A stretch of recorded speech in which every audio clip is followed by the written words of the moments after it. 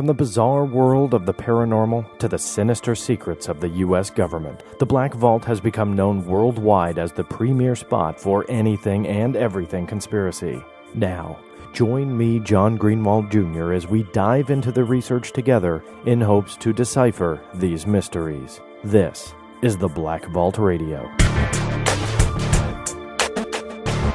Welcome, everybody. This is the Black Vault Radio. I am your host, John Greenewald Jr.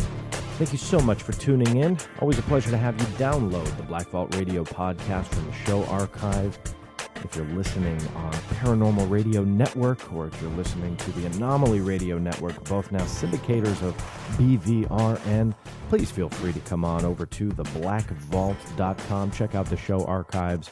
There's over 37 hours worth of material to download instantly. And yes, of course, the show archives are 100% free. So I do invite you over to check that out. Also want to give a special shout out not only to the new networks that are syndicating the Black Vault Radio, but many of the new listeners that have come on board that are subscribing to the Black Vault Radio podcast feed, where you get notified up to the second pretty much when a new show goes online. Many of you heard me this week on Coast to Coast AM with George Norrie. Had a great time for 3 whole hours till about 2 in the morning here on the West Coast. I was on with George. We had a great time. We talked about all sorts of material. Really catching up. The last time I was on with George was in 2002.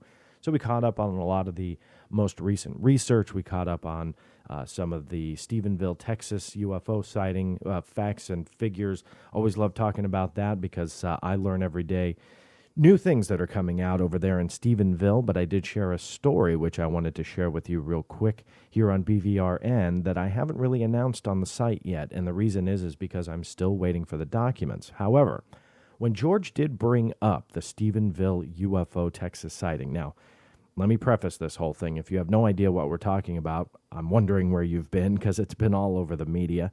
It's gotten a lot of attention worldwide about an object that was seen over Stephenville, Texas in January of this year. And honestly, hundreds of articles have been written about this thing. Not a whole lot of photographic evidence. There are some photos that surfaced. I personally have my doubts whether or not that's connected to the real sighting. It came out weeks after the fact. Anyhow, it's amazing the attention that this has received. If you want to read up on this case before I get to my story, log on to theblackvault.com. In the encyclopedia section, there's a UFO case file database. Feel free to search for Stephenville UFO. That's Stephenville,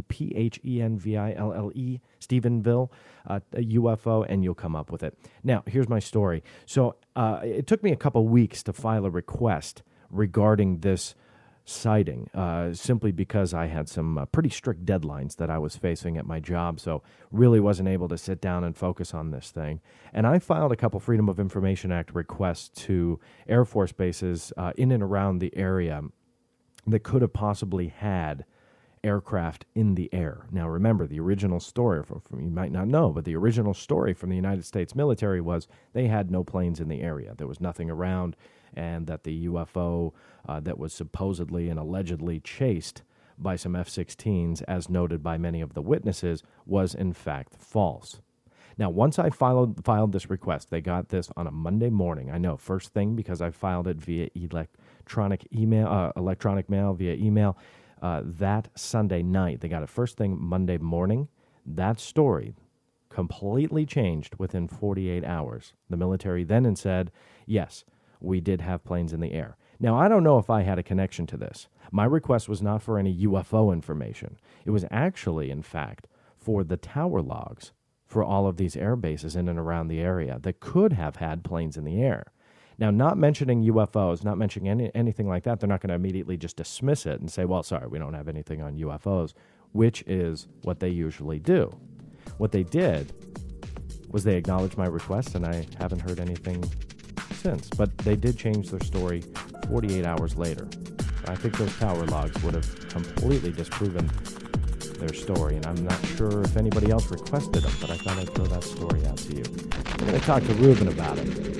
Ruben Uriarte from the Mutual UFO Network. Stay tuned. He's coming up.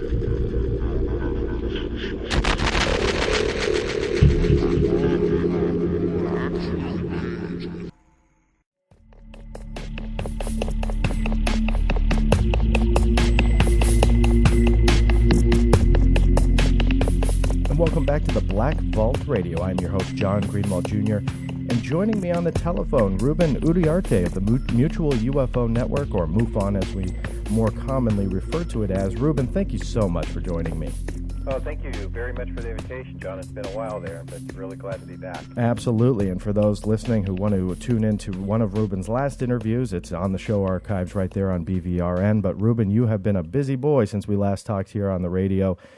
You have been on multiple television shows. You've written a book, now finishing your second book, first one being Mexico's Roswell. You co-author, that's the co-author authored book, right? Mr. Knowing Torres, yes. Right, and then you guys are finishing up The Other Roswell, which is your next one. I mean, this is amazing work. Please, if you could just tell me a little bit about your background and what is it exactly that you guys are researching? Yes, basically, as you indicated, I'm the state director for Northern California MUFON. I have been involved in this phenomenon, well, directly in terms of research for more than 20 years. And through that, John, I've been affiliated with a lot of organizations, and some that I've really learned so much from my fellow researchers and people that I really respect and people that I look up to as mentors.